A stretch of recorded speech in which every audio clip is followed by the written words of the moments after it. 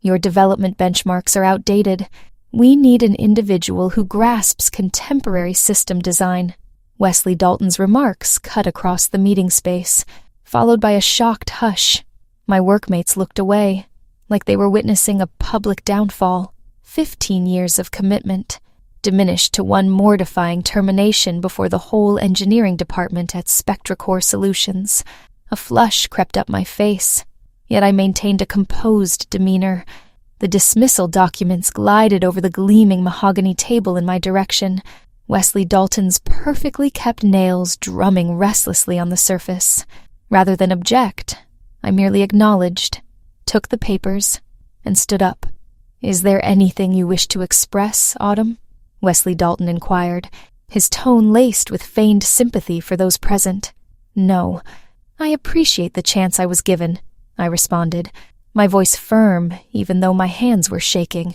I collected my things, pivoted, and exited the meeting space, holding my head erect. I am Autumn Tate. I am 53, and up until 20 minutes prior, I held the position of Senior Software Architect at SpectraCore Solutions in Cedar Falls, Ionia. For 18 years, I was the core of this enterprise, creating the bespoke database structure that drives all aspects, from customer data storage to analytics provision for numerous corporate customers. While I placed my possessions into a plain box, recollections came rushing in, overdue nights resolving crucial system errors, weekend efforts to achieve unfeasible targets, and the numerous breakthroughs that transformed a fledgling company into a leader in the SaaS sector. Every object I put into the box signified years of commitment to an organization I had faith in. Kyle, a junior programmer I had guided, hovered uncomfortably near my workspace. "This isn't fair, Autumn. They shouldn't be able to—" "It's all right," I cut in softly. "Situations alter. Businesses develop. But your database design is fundamental to all our operations here," he murmured, looking back to make sure Wesley Dalton couldn't hear. I offered a smile, a real one now. "Yes, it truly is. What Wesley Dalton was unaware of, what he hadn't troubled himself to investigate prior to his theatrical takeover, was that I had created SpectraCore's unique database system through an independent consultancy pact in the company's formative period. In those days, they lacked the funds for a full-time hire, so we established an agreement clearly stipulating my retention of licensing privileges for the system unless it was bought outright, an event that never occurred. Moving towards the lift, box in my possession, I experienced an unusual sense of peace. I had constructed SpectraCore's base element by element, and now Wesley Dalton was on the verge of discovering the consequences of removing a vital support without first verifying its structural importance. I had been part of SpectraCore Solutions even before it adopted that name. In 2008, when Dean Colton came to me with his idea for a groundbreaking data analytics platform, the firm was just 3 individuals operating from a converted garage. Dean possessed the business plan, but required someone capable of designing a database system that could manage huge volumes of data and provide ultra-quick analytics. "We don't have the budget to bring you on full-time at this moment," Dean had conceded in our initial discussion, "but I'm familiar with your contributions at Omniglyph Inc. You are precisely the person we require." We formulated a consultancy contract, enabling me to create the database system while keeping my intellectual property ownership. Clause 17, subsection Gamma, detailed that I held complete licensing privileges to the core structure unless SpectraCore acquired those privileges outright, a condition Dean accepted readily, vowing to address it again after they obtained their seed round funding. As SpectraCore expanded, that commitment diminished. Seed round funding was secured and utilized, then Series Alpha, and subsequently a prosperous IPO. Dean eventually transitioned to the role of board chairman, entrusting daily management to a series of chief executives unfamiliar with my agreement. The licensing pact was lost in the company's records, overlooked by all but myself. I never pushed the matter as I cherished my role. I broadened and polished the database system through the years, transforming it into an integrated platform that managed everything from data intake to display. My efforts grew so interwoven with SpectraCore's functions that not many realized the extent to which my code was ingrained in all facets of the firm's services. Then, Wesley Dalton joined us, 6 months prior, ushering in a period of upheaval. At 34, he was the most youthful engineering director in the firm's past, brought in from a fashionable Silicon Valley venture with assurances of updating our established systems.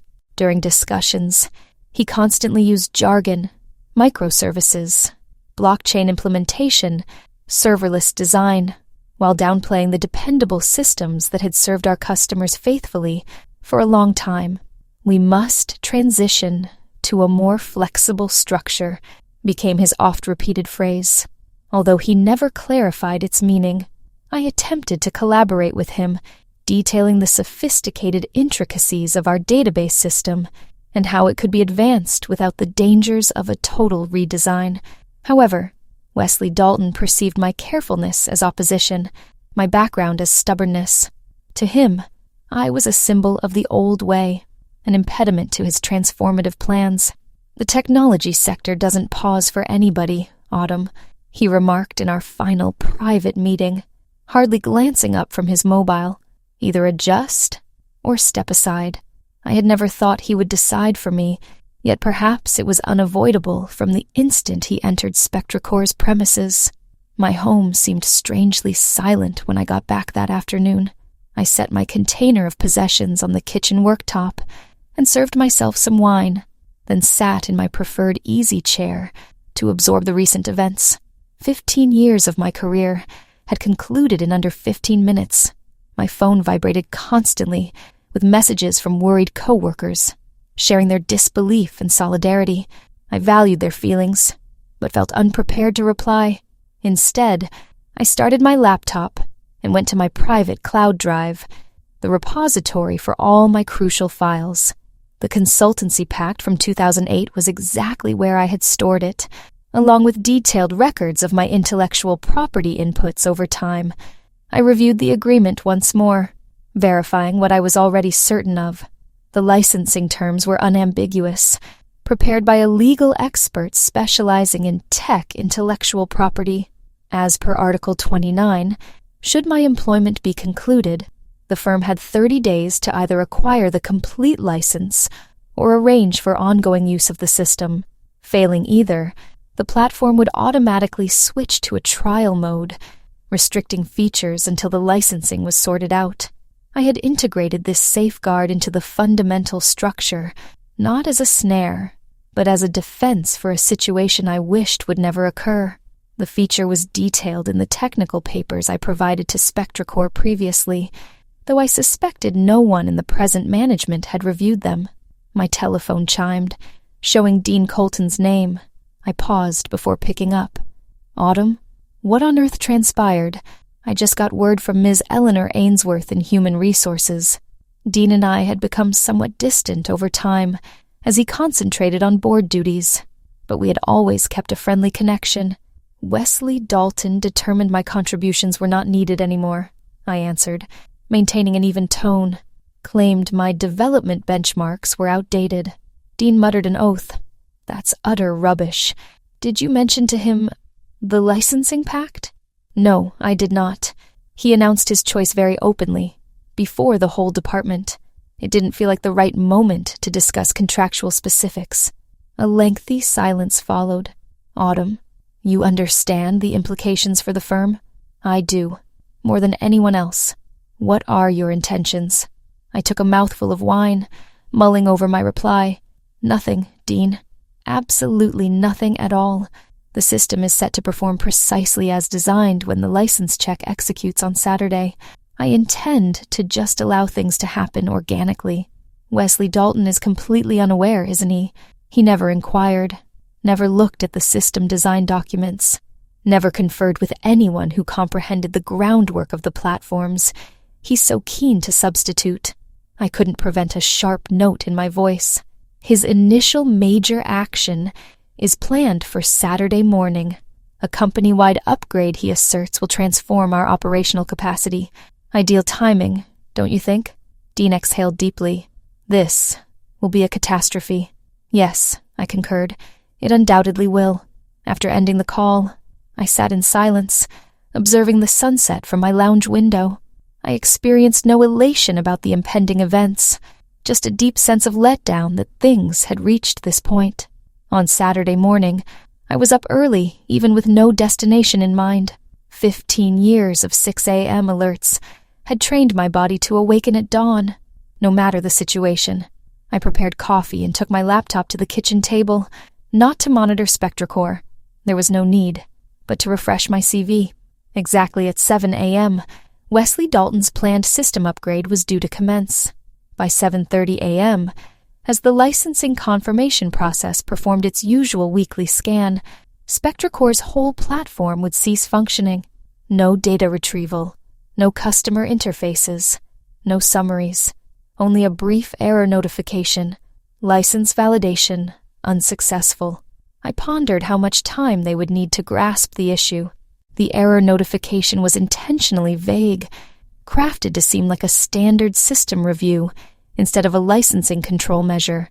The technical records would hold more precise details, but would anyone at SpectraCore know the right place to search? At 7:45 a.m., my phone chimed. The display indicated Kyle's number. Autumn. Thank heavens you picked up. We are in total crisis mode here. Everything is down. His voice was tense, and the sounds in the background hinted at turmoil. What occurred? I inquired, pretending not to know. Wesley Dalton implemented his major upgrade this morning, and now the whole system has crashed. All customers are receiving error notifications. The help desks are overwhelmed. Wesley Dalton is attributing it to the database system, claiming your code must have malfunctioned. Naturally, he was. I understand. He has everyone scouring your technical papers, but no one comprehends them as you do. Is there any possibility? I apologize, Kyle. I am not an employee of SpectraCore anymore. I am unable to assist. My voice was soft, yet resolute. But you created this platform. You're the sole person who... Kyle, I cut in. This is not an issue for you to resolve. Believe me on this. After ending the call, I drew a long breath. A part of me felt a pang of guilt for the junior programmers like Kyle caught in the middle, but they would get through this upheaval. This situation wasn't focused on them. By 9 a.m., the calls grew more frequent and urgent. I allowed most to go to my answering service, but responded when Dean's number appeared. The board is assembling for an urgent session, he stated directly. Wesley Dalton is attempting to portray this as a disastrous flaw in your database system, not a licensing matter. Does he even realize it's a licensing problem? I queried. No one has deduced that so far. They continue to handle it as a system malfunction. I nodded inwardly. They would, in time. The error is recorded plainly for anyone who knows the correct place to check. Autumn, what do you hope to achieve from this? What is your ultimate goal? I pondered his query thoughtfully. Acknowledgement, esteem, remuneration for years of unappreciated effort, and indeed, a proper apology for my dismissal.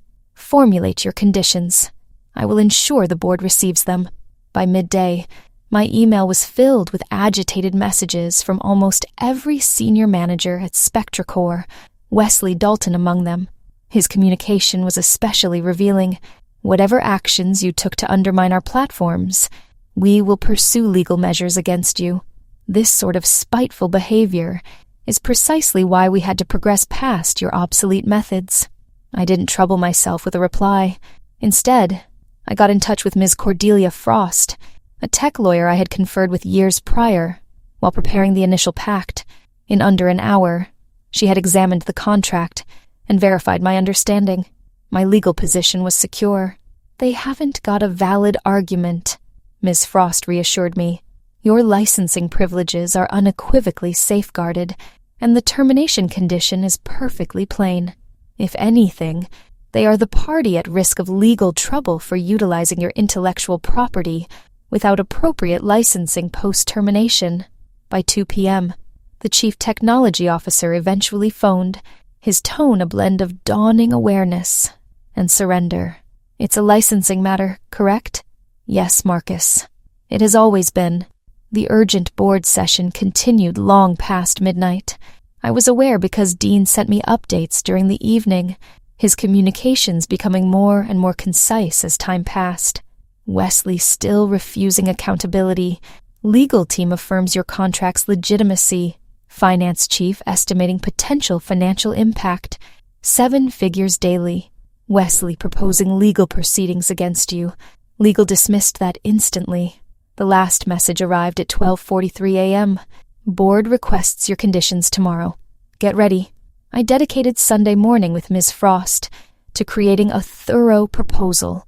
We made sure not to seem resentful or exploitative. This was not about coercion, but equitable payment for my intellectual creation and professional self-respect. The conditions were direct. 1. Arrears of $750,000 for the unauthorized utilization of my database system, post-termination. 2. A 2-year consultancy agreement at $200,000 per year to facilitate a seamless handover and sharing of knowledge. 3. Formal recognition of my complete ownership of the intellectual property. 4. A public statement of regret from the board regarding my inappropriate termination. This is completely fair, Ms. Frost affirmed, looking over the paper. If anything, you are underestimating the worth of your input. At 2 p.m., my doorbell sounded. I was taken aback to see Marcus Bellwether, SpectraCore's CTO, on my doorstep looking uneasy. The board dispatched me as their envoy, he clarified as I let him inside. They believed I might be received more favorably than some. We settled in my lounge, the strain in the air quite noticeable. Marcus had been with SpectraCore nearly as long as me, though our relationship had never been especially tight. His focus had consistently been on hardware systems, whereas I managed the database design. I wish to offer a personal apology, he started, his unease clear. I ought to have intervened when Wesley Dalton began advocating for your dismissal. I recognized the significance of your contributions, but I failed to adequately defend it. Or you. I valued his honesty, yet I stayed cautious. Thank you for that, Marcus. However, I presume your visit is for reasons beyond an apology, he acknowledged, fetching a file from his attaché case. The board has examined your conditions, and they are ready to agree to them, with a single alteration. He pushed a paper across the coffee table. They are proposing $1.2 million for the arrears, rather than $750,000, recognizing that your original sum was, in fact, rather modest considering the possible losses. I arched an eyebrow, astonished by the larger offer, and the remaining conditions. Approved as submitted, the public apology included. They wish to release it tomorrow morning if feasible. I accepted the paper, meticulously reviewing the conditions. What's the urgency? Marcus fidgeted. Each minute our platforms are non-operational costs us roughly $40,000 in missed income and possible customer compensation. We've already lost a few significant clients, and more are threatening to depart if service isn't reinstated by morning. And Wesley Dalton? Marcus's face grew somber. The board has requested his resignation.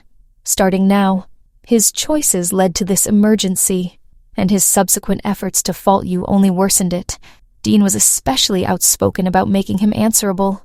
I nodded, experiencing a complicated blend of contentment and sorrow. I had never wished for anyone to be unemployed.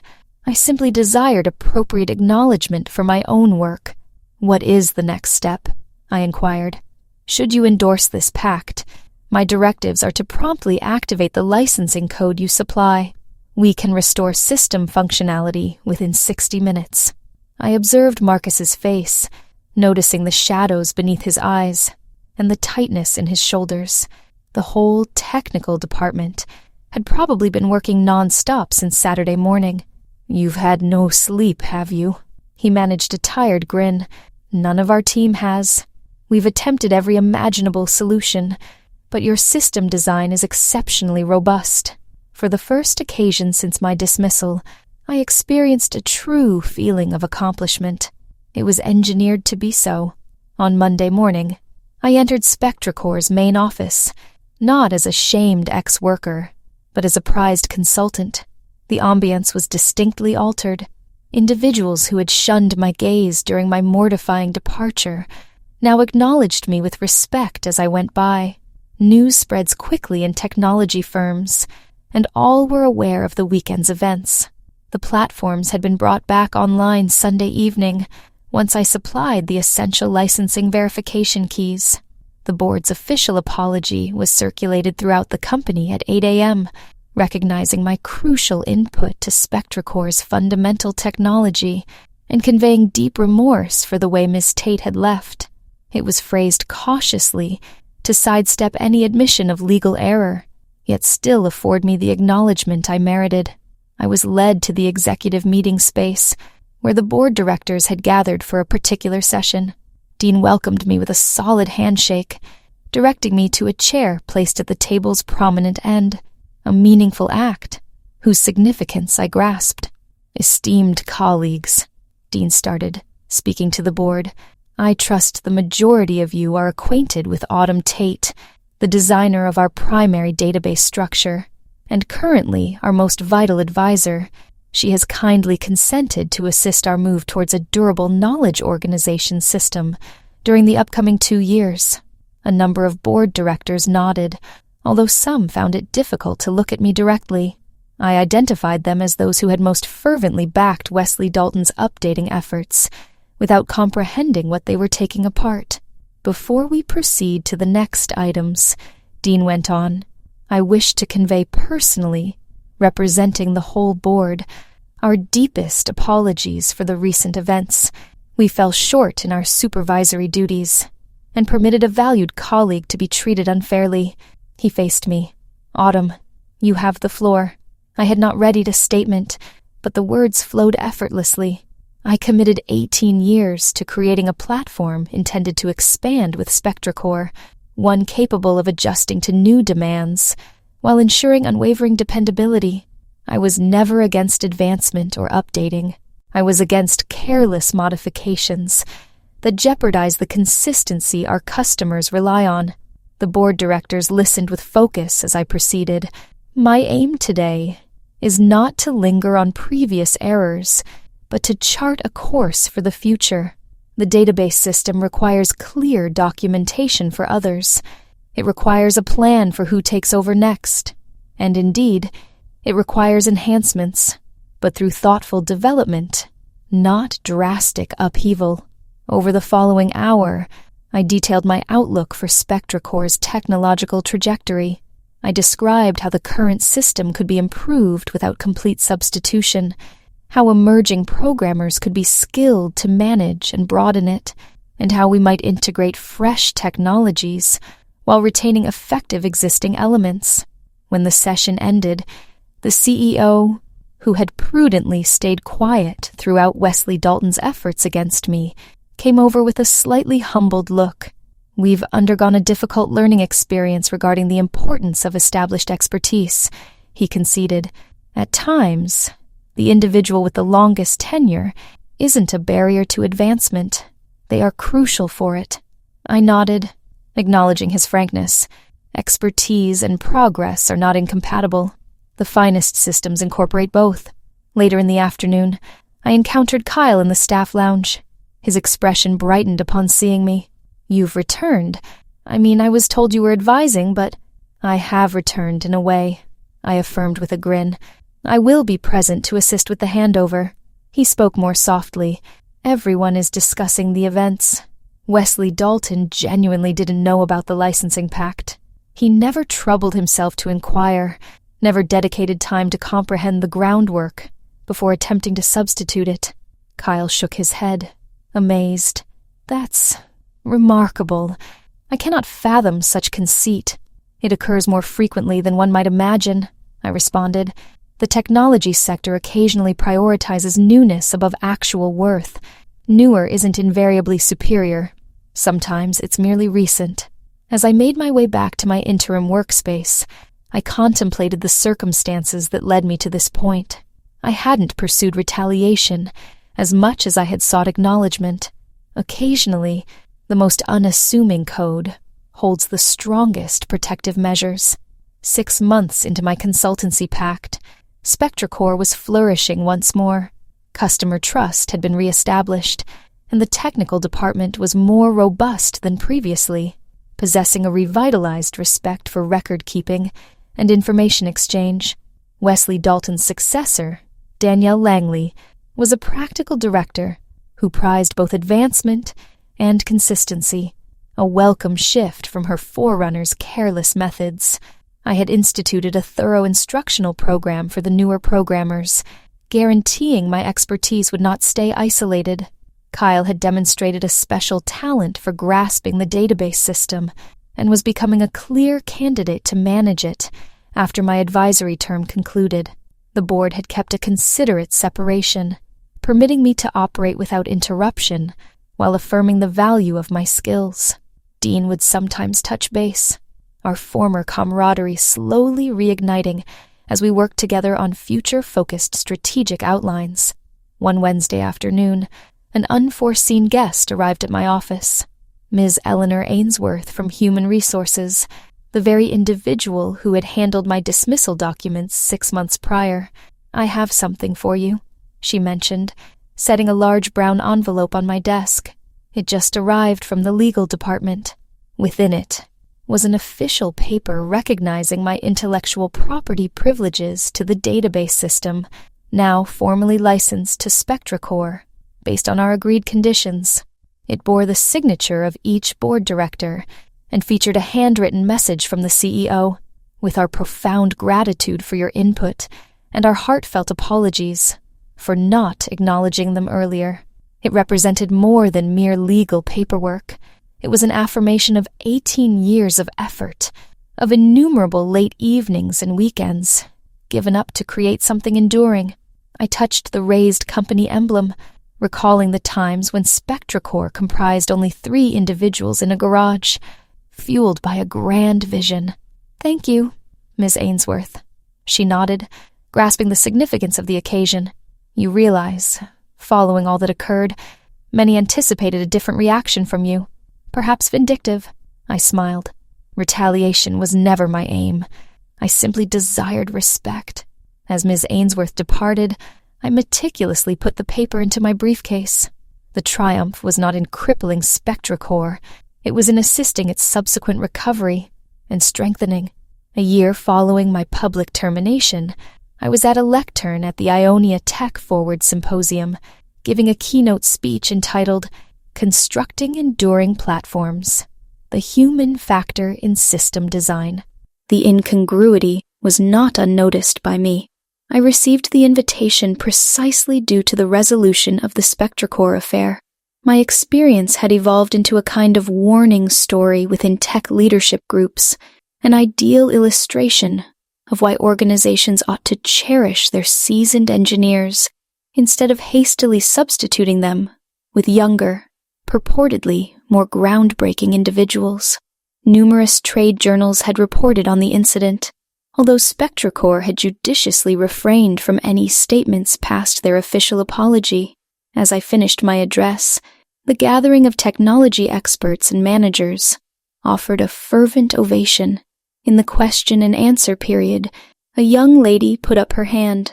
"Your database system prevented SpectraCore's downfall, yet now you are proactively instructing others in its upkeep and eventual substitution.